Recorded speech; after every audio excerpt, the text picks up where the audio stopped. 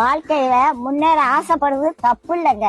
எதையாவது பண்ணி எப்படியாவது முன்னேறிடணும் அப்படின்னு நினைக்க கூடாது. அப்படி நினைச்சா ஏதாவது சிக்கல்ல மாட்டிக்கிடுவோம். கடவுள் உங்களை ஏத்த வேலையில உயர்த்த வருங்க. சில பேரு எப்படியாவது காசு பணத்தை சம்பாதிச்சிடணும், அப்பதான் வயசான காலத்துல நிம்மதியா உட்கார்ந்து சாப்பிடலாம்னு நினைப்பாங்க.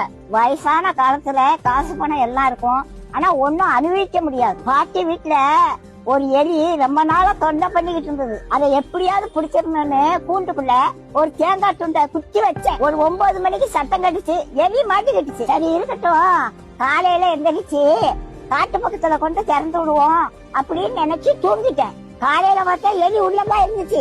ஆனா அந்த தேங்காய் துண்டை அதை நக்கி கூட பாக்கலங்க. எப்படி வச்சனோ அது அப்படியே இருந்துச்சு. ராத்திரி முழுவதும் உள்ளதான் இருந்துச்சு. அந்த தேங்காய் துண்டை திங்கலாம்ல, அதுக்கு மரண பயம் வந்துட்டு அதனால தேங்காய் துண்டை திங்கிறது. தேங்காய் துண்டை விட நம்ம உயிர் பிழைச்சா போதும்னு அது இருந்துச்சு. அதே மாதிரிதாங்க காசு பணத்தை சேர்த்து வச்சாங்க. கடைசி காலத்துல ஒன்னையும் அனுபவிக்க மாட்டாங்க. லட்ட பாட்ட உடனே வாயில எச்சி வரும், ஆனா டாக்டர் சொன்னது ஞாபகத்துக்கு வரும்.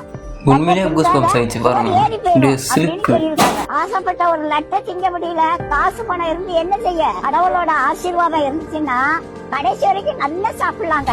நாளைய தினத்தை குறிச்சு கவலைப்படாதீங்க. அந்தந்த நாளைக்கு அந்தந்த நாளோட பாடு போதுங்க. இன்னைக்கு சாப்பாடு கொடுத்த கடவுள் நாளைக்கு சாப்பாடு கொடுப்பாரு. நீதி நேர்மை உண்மை உப்பமா மட்டும் வாழுங்க. கடவுள் ஒரு நாளும் உங்களுக்கு ஒரு குறையும் வைக்க மாட்டாங்க. நம்ம எப்படி சம்பாதிக்கோங்கிறத கடவுள் பார்த்துக்கிட்டே இருக்காருங்க.